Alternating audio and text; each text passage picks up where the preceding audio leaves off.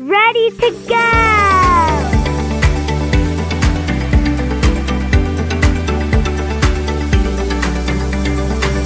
You're listening to By Land and by Sea, powered by the Maritime Professor. $500 detention fight. A $500 detention fight may have just set a new standard in the world of incentivizing the movement of goods. The FMC's incentive principle is back in the spotlight. And honestly, both sides here had a point, right? Terminals and carriers say weekends and holiday charges can help actually incentivize cargo, right? Push it out to move before the closure of the weekend or the holiday. Whereas the shippers are saying and the truckers are saying, but if the terminal is closed and equipment actually physically cannot move, then what exactly are we incentivizing? Like somebody had to make the call.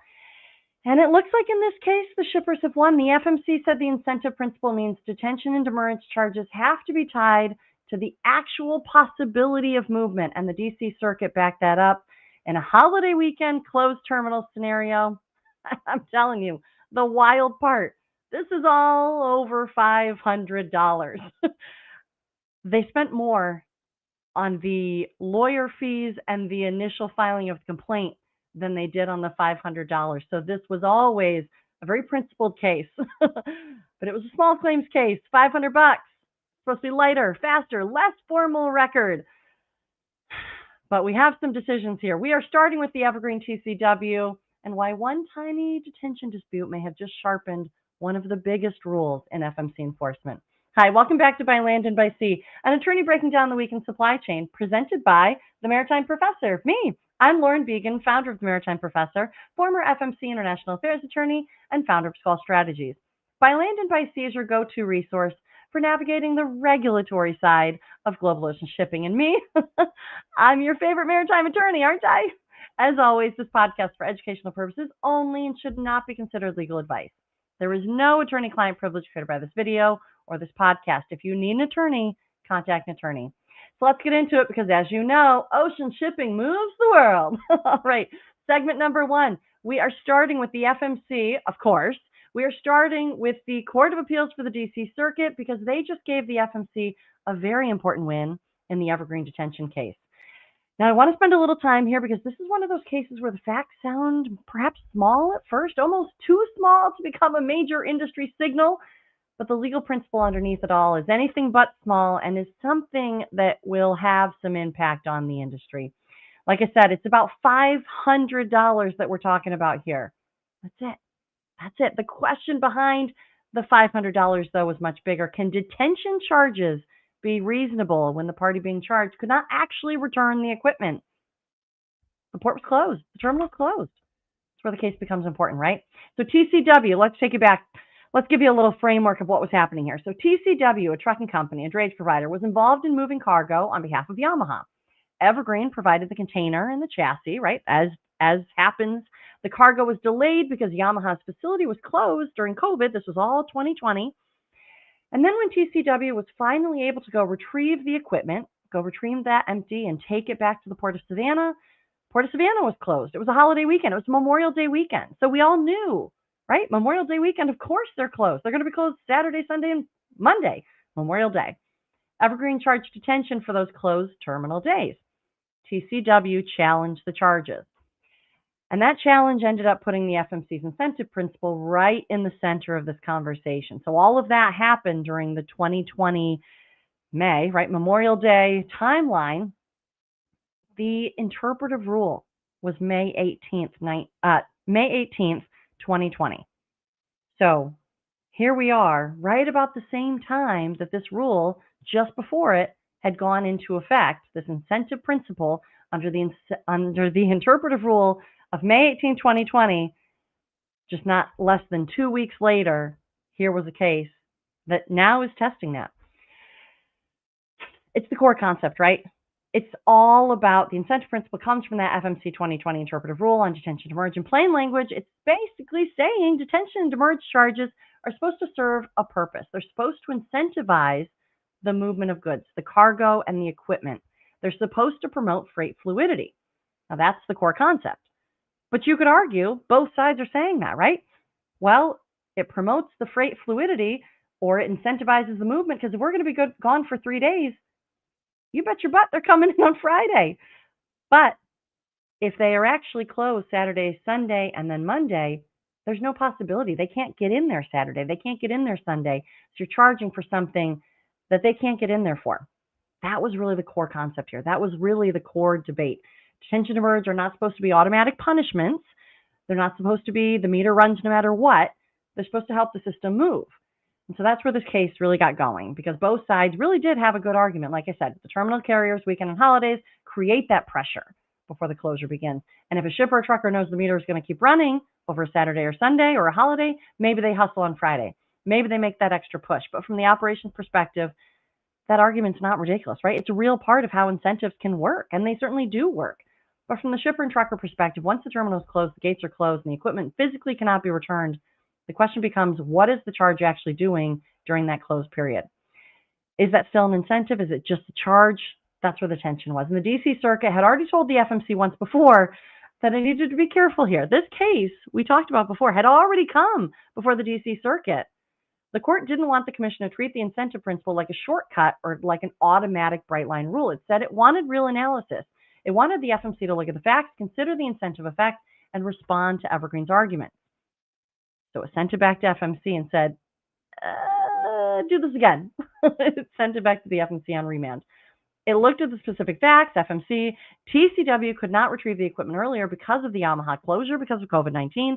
The Port of Savannah gates were closed during the disrupted days, and Evergreen did not show that it suffered costs from the delayed return. And I think that that's the piece that's worth watching. Evergreen could not show, or didn't show, that it suffered costs from the delayed return. I think that hinged here.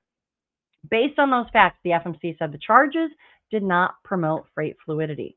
And then Evergreen took it back to the DC Circuit, and this time the DC Circuit agreed with the FMC, and that's what this week made a big deal of. The court reinforced that the FMC can look at detention and demurrage through the lens of actual freight fluidity. The question is not only does the tariff or contract allow the charge, the question is, does the charge realistically incentivize cargo or equipment movement under the facts? And that's the major validation of this incentive principle.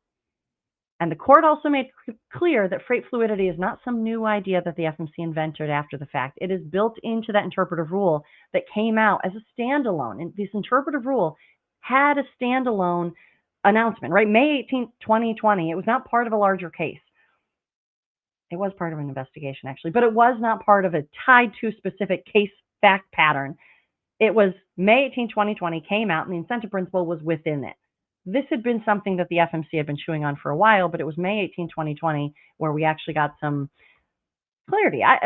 It was an interpretive rule. It was basically saying this is how we interpret or will be interpreting these things to go. A little clarity around the issue. Now, I want to say this is extra fascinating because it was a small claims case.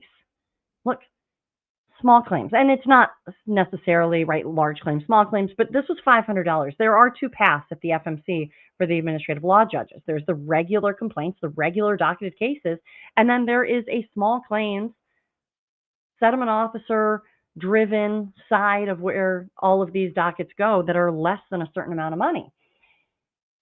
And I'm pointing this out because small claims proceedings are supposed to be faster, lighter, and less formal in how their kind of legal procedure goes. What that also usually means is there's probably less formal evidence, right, discovery, back and forth, all of those things that make the larger regular cases, the larger docketed complaints, a little bit more lengthy because they have a lot more to the record. But this was a small claims case with a lighter administrative record. And it ended up sharpening one of this is a big FMC enforcement incentive principle thing that's happening here. So this doesn't mean that every weekend charge or every charge during every closure is automatically unreasonable, because the court said this is still fact pattern based. But the incentive principle, the incentive effect, it gave a lot of credibility to that. The actual ability to move cargo or equipment, whether you can or you can't, whether it's incentivized by the charge. This is pretty significant stuff. The commission can look at the real-world circumstances and ask whether the charge is actually doing what detention or demurrage are supposed to do. Is it helping to move the cargo? Is it helping to move the equipment? Is it promoting freight fluidity? And if not, the charge has a problem. And that has major implications. So if you are a carrier, a terminal, a shipper, a trucker, weekend charges, holiday closures, appointment availability, return restrictions, and every other scenario where cargo or equipment physically cannot move, you might want to just take another look at. Look, this was a small dollar case, right? $500. I mean, going to the DC Court of Appeals, U.S. Court of Appeals for the DC Circuit twice well exceeded the $500 in that alone. But it was never about that, right? It was about incentive as a principle. And that's something, if you actually go back and listen to my guest interview with Commissioner Dye, she talked about why she wanted to go with a principle instead of some other form. She wanted to create some sort of guardrails around this concept. And so it was the incentive principle that came out of the May 18, 2020 interpretive rule. And now here we have an appellate level marker that the FMC's detention demurrage framework has some real legal force behind it. All right, segment number 2. Staying with the FMC, of course, Bed Bath & Beyond. We haven't talked about Bed Bath & Beyond for a while, but one of the cases shook free this week. Bed Bath & Beyond versus OOCL. An initial decision came through.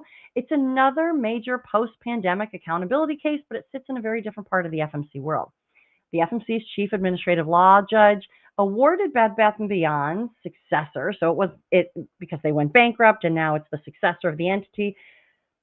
The administrative law judge of the FMC awarded more than $46.5 million in reparations against OOCL. That appears, I mean, I don't think there are any larger cases in all of FMC history. We had the $32 million case prior. This is about the biggest one that I can think of. $45.6 million in reparations against OOCL in FMC history. Now, the important caveat, this is an initial decision. It just came out this week. This is not necessarily the final word. It can still be reviewed, sua sponte review, so any of the commissioners can pull it and say, I want to look at this closer. It could still be put on appeal. It has 22 days, I believe, where either party could put it on appeal. And I always hesitate here because it's the 22 days for the sua sponte review. It might be an addition.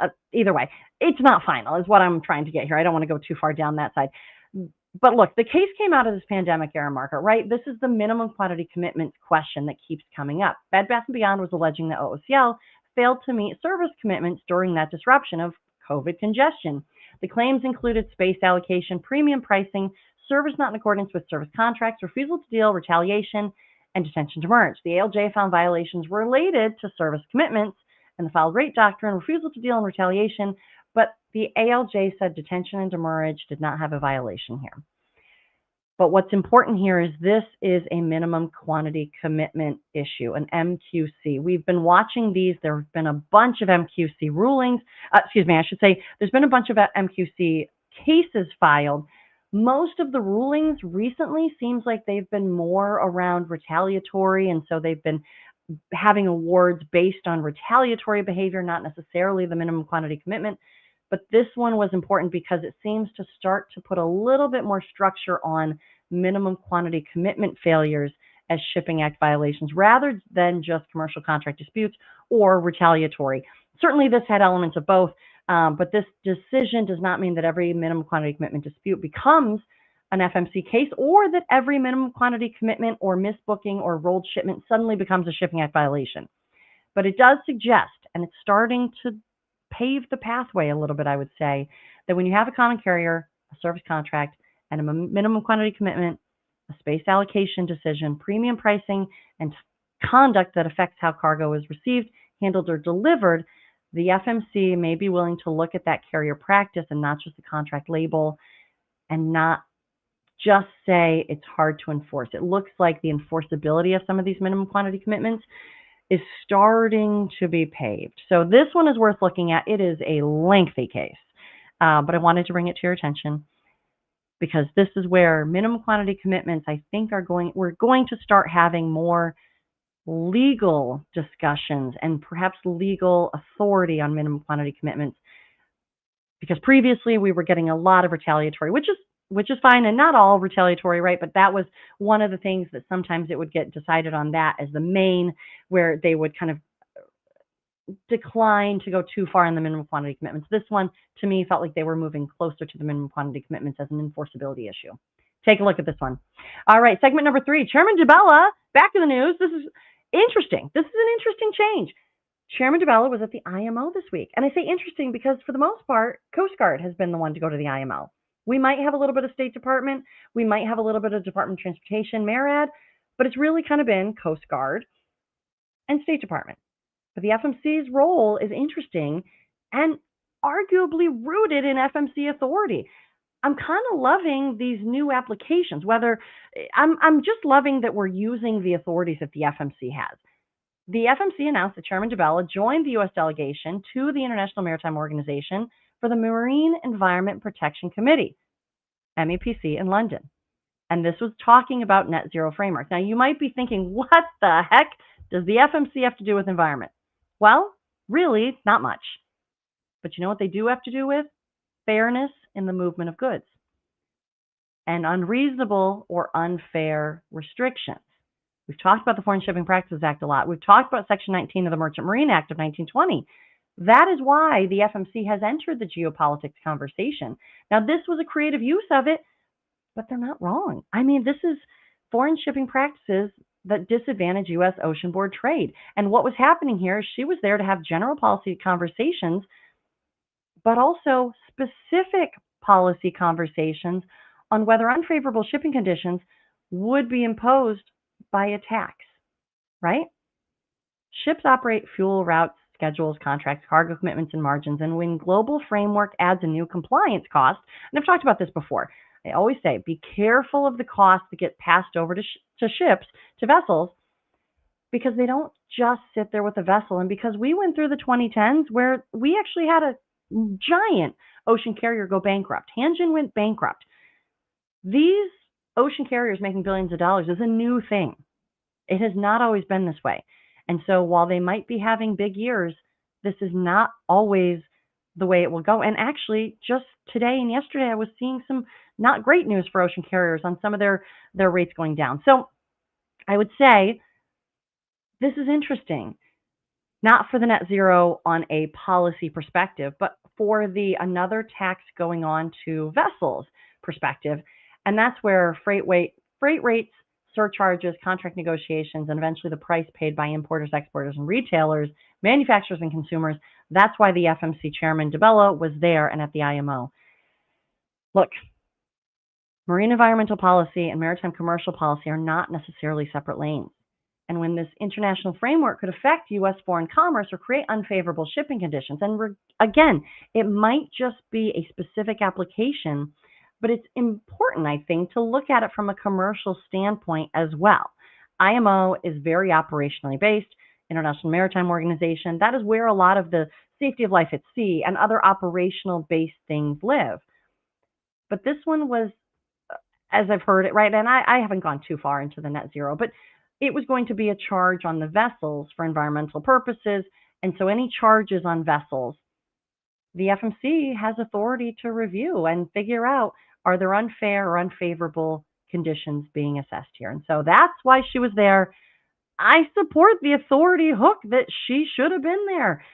They don't necessarily regulate environment, but they certainly do regulate the commercial aspects of ocean shipping that affects the U.S. So this is one I'm going to keep watching. I think this is a really interesting perspective on FMC authority. And also, I think that this is, the sleepy agency.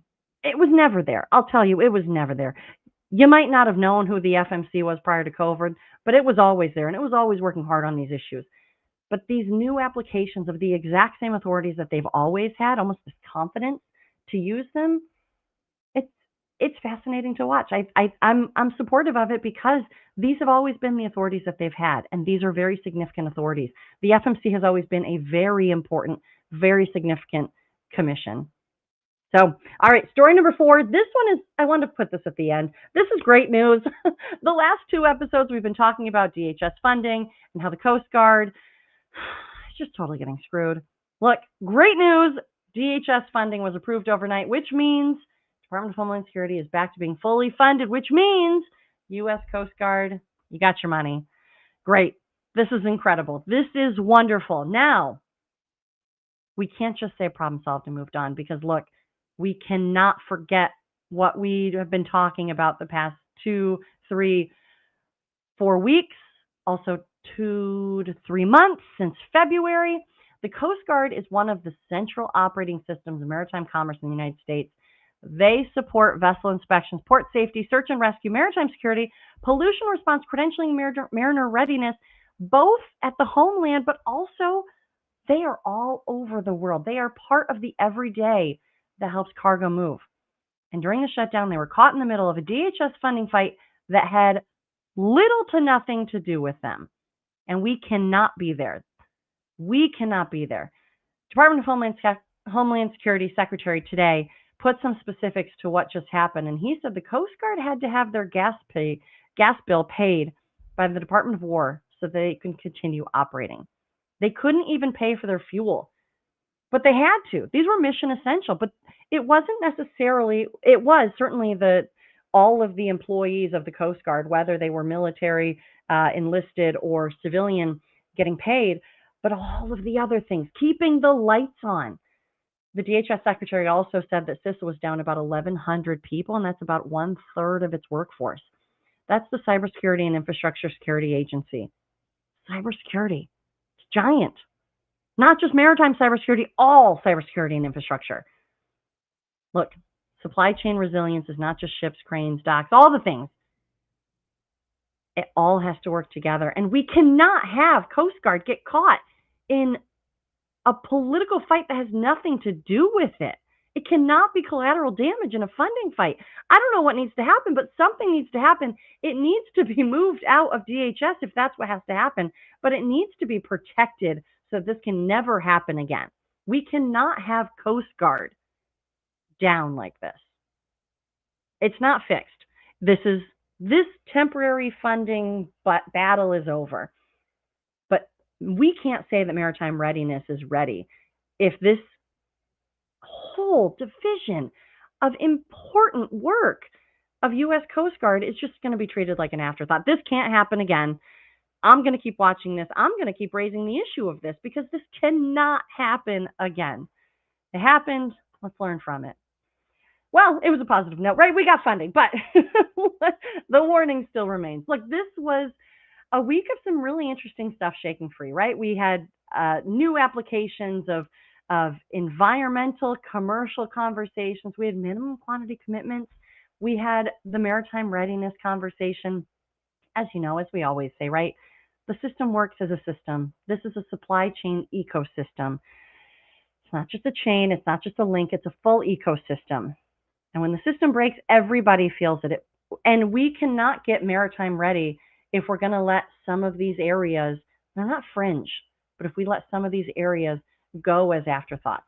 I love the motion and the movement, and I love that we just had almost $500,000 in funding go out to the Port Infrastructure and Development Projects, PIDP grants. Did I get the last P wrong there? Either way, it's the PIDP grants. I love that we had $500,000 go out. We need more, but I love that we had $500,000 go out. Some of those projects are really interesting and really important. All of them are important, but some are really fascinating. Go take a look at the ones that were awarded. It was just 2 days ago that they were announced.